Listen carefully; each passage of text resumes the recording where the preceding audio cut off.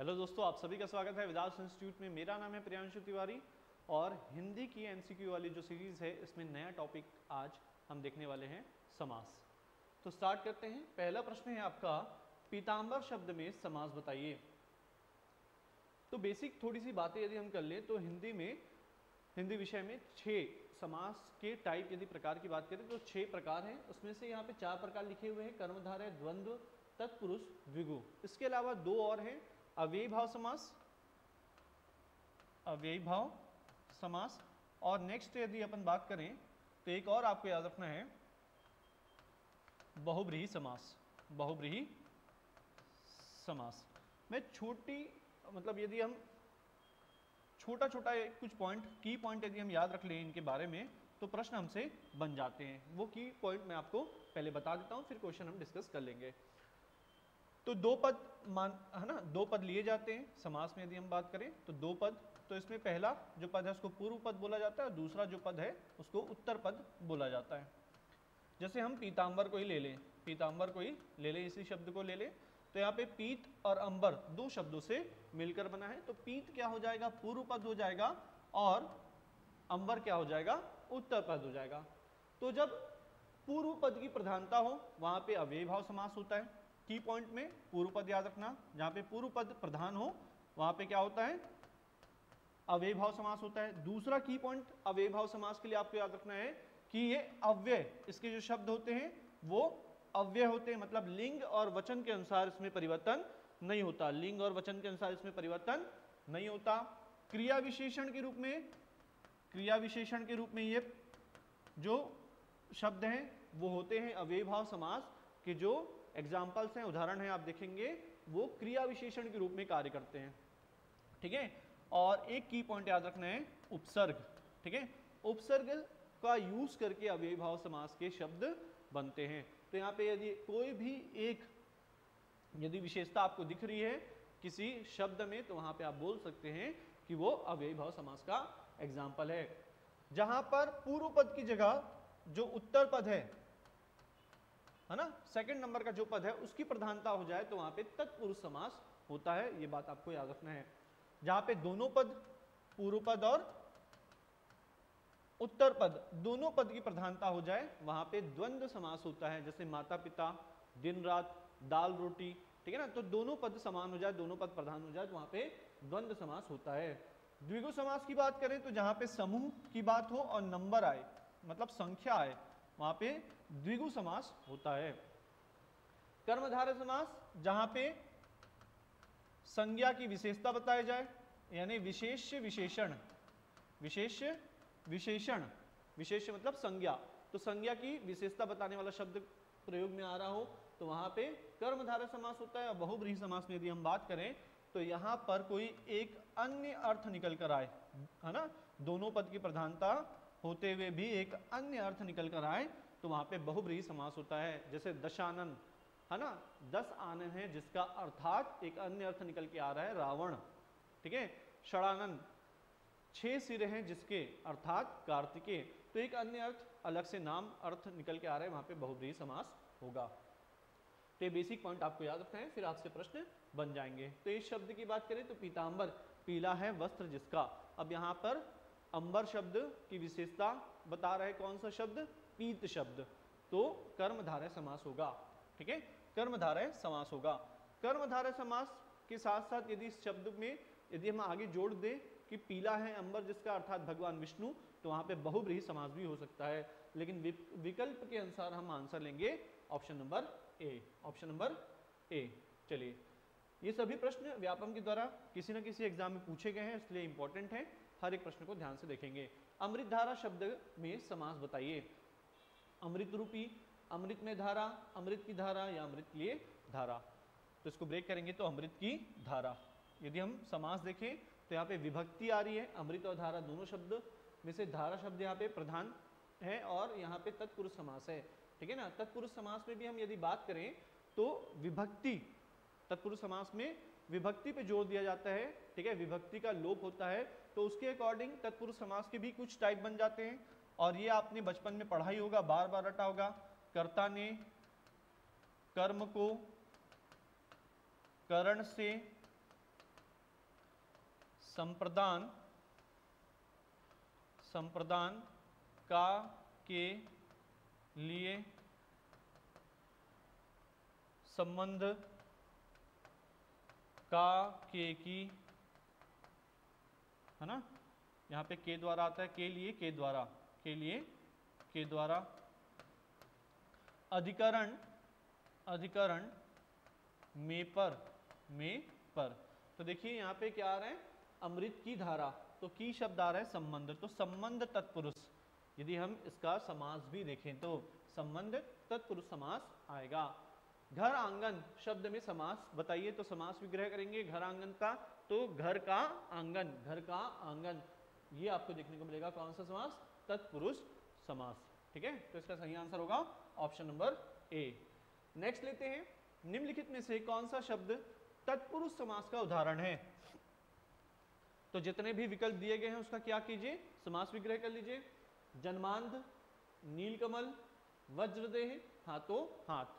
तो ऐसा कोई भी शब्द है जो रिपीटिशन में है, हाथों हाथ, गली गली, नगर नगर, है ना, घर घर, तो वहां पे होता है अव्ययी भाव समास, तो यह है अव्ययी भाव समास, तो ये तो नहीं होगा। वज्रदेह, वज्र के समान देह, यहाँ पे कंपेयर किया जा रहा है ना, संज्ञा की कंपेयर, संज्ञा का कंपेयर किया जा रहा है, तो यहाँ पे क्या आएगा, कर्मधारय, यहाँ पे संज्ञा का विशेषता बताया जा रहा है। कमल, कैसा कमल, नीला कमल, है ना, तो ये होगा, ये भी कर्मधारय। जबकि जन्मांध को यदि हम समास विग्रह करेंगे तो जन्म से अंधा, तो से विभक्ति आ रही है, मतलब कौन सा समास, तत्पुरुष समास। और यही आपसे पूछा जा रहा है कि कौन से समास का, मतलब तत्पुरुष समास का एग्जाम्पल कौन सा है। अगला प्रश्न है, अव्ययी भाव समास का एक उदाहरण यथाशक्ति का सही विग्रह क्या होगा। मैंने आपको की पॉइंट में बताया कि अव्ययी भाव समास जो है ना, उसके बहुत सारे जो उदाहरण हैं वो उपसर्ग शब्द से बनते हैं। तो यहाँ पे यदि कोई उपसर्ग, यदि हम बात करें तो यथा उपसर्ग को यूज करके यदि शब्द बनाए तो यथाशक्ति, यथा नाम, यथानुसार, ठीक है ना। इसके अलावा प्रति शब्द से प्रतिदिन, प्रतिपल, प्रतिक्षण, ऐसे जो शब्द हैं वो अव्ययी भाव समास के उदाहरण के रूप में बनते हैं। तो यहाँ पे जो यथाशक्ति जो अव्ययी भाव समास का एग्जाम्पल है उसका समास विग्रह आपसे पूछा जा रहा है। जैसी शक्ति, जितनी शक्ति, शक्ति के अनुसार, या यथा जो शक्ति, तो यथाशक्ति का समास विग्रह होता है शक्ति के अनुसार। तो इसका सही आंसर होगा ऑप्शन नंबर सी। अगला देखते हैं, पाप पुण्य में कौन सा समास है। मैंने आपको पहले ही बताया कि दोनों पद, पूर्व पद और उत्तर पद दोनों ही क्या हो, समान हो, तो क्या होगा, वहां पे द्वंद्व समास होगा। तो पाप और पुण्य, अर्थात ऑप्शन नंबर सी इसका सही आंसर होगा। अगला प्रश्न देखते हैं, लंबोदर में कौन सा समास है। लंबोदर में कौन सा समास है। लंबा है उदर जिसका, अर्थात भगवान गणेश। एक अन्य अर्थ निकल के आ रहा है और ये देखने को मिलता है आपको बहुव्रीहि समास में, तो ऑप्शन नंबर डी इसका सही आंसर होगा। अगला प्रश्न देखते हैं, देश प्रेम, देश प्रेम में कौन सा समास है। तो देश प्रेम जो शब्द है उसका समास विग्रह कीजिए। तो देश से प्रेम, देश से प्रेम, विभक्ति आ रही है, मतलब कौन सा समास हो जाएगा, तत्पुरुष समास। सर यदि हम इस विभक्ति में तत्पुरुष का भी प्रकार देखें तो कर्ता ने कर्म को करण से, तो यहां पर करण तत्पुरुष समास हो जाएगा। और इसके अलावा आपादान में भी से आता है, बट आपादान तत्पुरुष समास तब लेते हैं जहां पे कोई चीज अलग हो रही हो, ठीक है ना, अलग होने का भाव हो, तो वहां पे हम अपादान लेते हैं। दोनों में से विभक्ति आती है, संबंध में भी अपादान में भी, लेकिन अपादान कब लेते हैं, जब कोई चीज अलग हो रही हो, जैसे नदी पहाड़ से निकल रही है, वृक्ष से पत्ते गिर रहे हैं, तो वहां पे अपादान तत्पुरुष आएगा। परमेश्वर में कौन सा समास है। परम ईश्वर है जो, मतलब ईश्वर संज्ञा और उसकी तारीफ यानी उसकी विशेषण करने वाला शब्द परम हो गया, तो परमेश्वर मतलब विशेषण विशेष फिर से आ रहा है, मतलब कर्मधारय समास होगा। बहुत छोटे छोटे जो की पॉइंट है उसको यूज करके आप समास को बहुत बेहतर तरीके से बना सकते हैं। अनायास में कौन सा समास है। नत्र, द्वंद्व, द्विगु या अव्ययी भाव। तो जहां पर कोई शब्द न से चालू हो, नकारात्मक चालू हो, तो वहां पे नत्र तत्पुरुष होता है। जैसे अनायास को हम ब्रेक करें तो न आयास, न आयास, तो यहाँ पे नत्र तत्पुरुष होगा।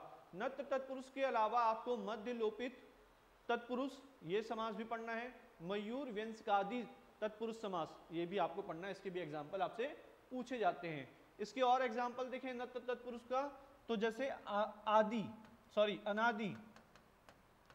इसका समास विग्रह क्या होगा? न आदि। अन्याय, न न्याय। ओके, तो यहां पे आपको ध्यान रखना है, इसका जो आंसर होगा वो नत्र तत्पुरुष होगा। गोशाला में कौन सा समास है? गोशाला में कौन सा समास है? तत्पुरुष, द्वंद्व, कर्मधारय, द्विगु। तो इसको ब्रेक करेंगे, समास विग्रह करेंगे, तो गो के लिए शाला, गो के लिए शाला, मतलब यहाँ पे के लिए एक विभक्ति आ रही है, और विभक्ति आ रही है मतलब तत्पुरुष समास है, और उसमें भी कौन सा तत्पुरुष समास है? तो संप्रदान तत्पुरुष। के लिए के द्वारा किसमें आता है? संप्रदान में आता है, तो संप्रदान तत्पुरुष समास है। नवग्रह में कौन सा समास है? नवग्रह में कौन सा समास है? नवग्रह, नौ ग्रहों का समाहार, मतलब समूह आ रहा है, संख्या आ रही है, और ये कौन से समास में देखने को मिलता है? तो द्विगु समास में देखने को मिलता है। ठीक है, तो नवग्रह, सप्तऋषि, चौराहा, ऐसा कोई भी शब्द आपसे पूछा जाएगा तो ध्यान रखेंगे वहां पे द्विगु समास होगा। विद्यार्थी में कौन सा समास है? विद्या का आर्थी, विद्या प्राप्त करने वाला, विद्या की चाह रखने वाला, विद्या का आर्थी, तो विभक्ति आ रही है, का विभक्ति आ रही है, यानी तत्पुरुष समास यहां पे होगा। अगला प्रश्न लेते हैं, कन्यादान में कौन सा समास है? तो समास विग्रह कीजिए, कन्या का दान, कन्या का दान, का विभक्ति आ गई। ठीक है, तो तत्पुरुष समास होगा। अगला प्रश्न लेते हैं, इनमें से द्वंद्व समास का उदाहरण है। द्वंद्व समास में दोनों ही पद क्या होने चाहिए? प्रधान होने चाहिए। पीतांबर, चौराहा, नेत्रहीन, रुपया, पैसा, तो रुपया और पैसा दोनों पद प्रधान है, तो ये एग्जाम्पल हो जाएगा। नेत्रहीन बात करें तो नेत्र से हीन, अब देखिए यहां पे अलग होने का भाव आ रहा है, नेत्र क्या हो रहा है? अलग हो रहा है ना, तो यहां पे आपादान तत्पुरुष क्या होगा? आपादान तत्पुरुष। पुण्यहीन, नेत्रहीन, ऐसा कुछ भी आया तो अपादान तत्पुरुष। चौराहा, चार राहों का समूह या समाहार, द्विगु समास। पीतांबर, पीला है वस्त्र, पीला है अंबर जिसका, यानी कर्मधारय या बहुव्रीहि दोनों हो सकता है। ठीक है, चलिए अगला देखते हैं, निर्भय शब्द किस समास का उदाहरण है? निर्भय शब्द किस समास का उदाहरण है? तो निर्भय को यदि हम समास विग्रह करें तो न भय, क्या होगा? न भय, जिसको भय नहीं है वो निर्भय है, और न भय यानी नकारात्मक स्टार्ट हो रहा है, यानी तत्पुरुष समास, उसमें भी नत्र तत्पुरुष समास। ठीक है, तो इसका आंसर होगा ऑप्शन नंबर बी। वनवास में कौन सा समास है? समास विग्रह करते हैं तो वन में वास, वन में वास, विभक्ति आ रही है, में विभक्ति, यानी अधिकरण, में और पर किस में आता है? अधिकरण में, तो में विभक्ति आने के कारण अधिकरण तत्पुरुष समास, अधिकरण तत्पुरुष समास यहां पे आएगा। अगला प्रश्न लेते हैं, नव युवक शब्द किस समास का उदाहरण है? तो यहाँ पे युवक यानी संज्ञा, और कैसा युवक? जो नव युवक हो, है ना, युवक की विशेषता कौन सा शब्द बता रहा है? नव शब्द बता रहा है, तो यहाँ पे विशेषण विशेष्य हो गया, मतलब कर्मधारय समास होगा। नव युवक में कर्मधारय समास है, नव युवक में कर्मधारय समास है। बहुव्रीहि समास निम्नांकित में से कौन सा है? रसोई, घर, समास विग्रह करेंगे तो रसोई के लिए घर, तो तत्पुरुष समास, संप्रदान तत्पुरुष समास। श्वेतांबर, श्वेत है अंबर जिसका, ये हो सकता है बहुव्रीहि समास। यथाशक्ति तो क्या हो गया? यथाशक्ति अव्ययीभाव समास। समाहार द्वंद्व समास का उदाहरण है कौन सा? तो देखिए, तीन द्वंद्व समास के तीन प्रकार होते हैं, द्वंद्व समास के तीन प्रकार होते हैं, एक इत्तरेत्तर, एक वैकल्पिक और एक समाहार। तो जहां पे दोनों पद, ध्यान से सुनिएगा, जहां पे दोनों पद का सेम मीनिंग निकले, दोनों पद का सेम मीनिंग निकले वहां पर होता है समाहार द्वंद्व समास। तो देखिएगा दाल रोटी, दाल रोटी है तो द्वंद्व समास, लेकिन कैसा? समाहार द्वंद्व समास। क्यों? क्योंकि दोनों का एक ही मीनिंग निकल रहा है, दोनों का एक ही मीनिंग है भोजन से संबंधित। तो दाल रोटी है ना, तो समाहार द्वंद्व पुरुष का द्वंद्व समास का जो एग्जाम्पल होगा वो होगा ऑप्शन नंबर डी। हिंदी में समासों की संख्या होती है, क्लास की स्टार्टिंग में ही मैंने बताया आपको 6। हिंदी विषय में समास की जो संख्या होती है वो कितनी होती है? 6 होती है। निम्नलिखित में से द्विगु समास का जो उदाहरण है वो कौन सा है? तो द्विगु समास में क्या आता है? कोई संख्या या कोई ग्रुप आना चाहिए। तो नील गाय, दू माता, सुधर्मा, उदार मना। तो दो यहाँ पे आ रहे हैं तो ले सकते हैं, है ना। दू माता लिखा है तो दो माता यानी दो माताओं का ग्रुप, लेकिन फिर भी जो विलोपित है वो व्यापम के द्वारा इसको क्वेश्चन को विलोपित कर दिया गया। रसोई घर में कौन सा समास है? तो हमने इसको ब्रेक किया था, अभी समास विग्रह किया था। रसोई के लिए घर, और के लिए आ रहा है मतलब कौन सा समास? तो तत्पुरुष तो हो गई, तत्पुरुष में संप्रदान तत्पुरुष समास। त्रिफला में कौन सा समास है? त्रिफला का समास विग्रह क्या होगा? तीन फलों का समाहार, तीन फलों का समाहार। तो यहाँ पे द्विगु समास होगा, ठीक है, द्विगु समास होगा। मैं बार बार बोल रहा हूँ, सभी प्रश्न व्यापम के द्वारा किसी न किसी एग्जाम में पूछे गए हैं और बार बार जो प्रश्न है उसका रिपीटिशन होता रहता है। तो जितने प्रश्न पूछे गए हैं उसको तो पहले बहुत अच्छे से आप क्या कर लें? प्रैक्टिस कर ले। और मेरा प्रयास यहाँ पर यही है कि आपको व्यापम के द्वारा जितने भी पूछे गए प्रश्न हैं उसको प्रैक्टिस करवा पाऊं, ठीक है। पथभ्रष्ट शब्द किस समास का उदाहरण है? तो पथ से भ्रष्ट, पथ से भ्रष्ट समास विग्रह क्या होगा? तो यहाँ पे अलग होने की बात हो रही है, नेत्रहीन जैसे हमने देखा था। तो जब भी अलग होने की बात होगी वहां पे क्या होगा? अपादान तत्पुरुष समास होगा, ठीक है। तो ऑप्शन नंबर 20 का करेक्ट आंसर है। तत्पुरुष समास के उदाहरण को चिन्हित कीजिए। माखन चोर, भाई बहन, दशानन, पंचमुखी। भाई बहन द्वंद्व समास, भाई और बहन। दशानन 10 आनन है जिसके अर्थात रावण। पंचमुखी 5 मुखों का समाहार भी ले सकते हैं, है ना। 5 मुख है जिनके अर्थात हनुमान जी, ये भी ले सकते हैं। बहुब्रीहि भी हो सकता है और द्विगु भी हो सकता है। तो माखन चोर, माखन का चोर, ठीक है। तो ए ऑप्शन इसका करेक्ट होगा। तन मन धन में कौन सा समास है? द्विगु, द्वंद्व, कर्मधारय या अव्ययी। तो तन और मन और धन, यहाँ पे तीनों शब्द को प्रधानता मिलेगी, यानी द्वंद्व समास का एग्जाम्पल होगा। तन मन धन किसका होगा? द्वंद्व समास का एग्जाम्पल होगा। बहुब्रीहि समास का उपयुक्त उदाहरण है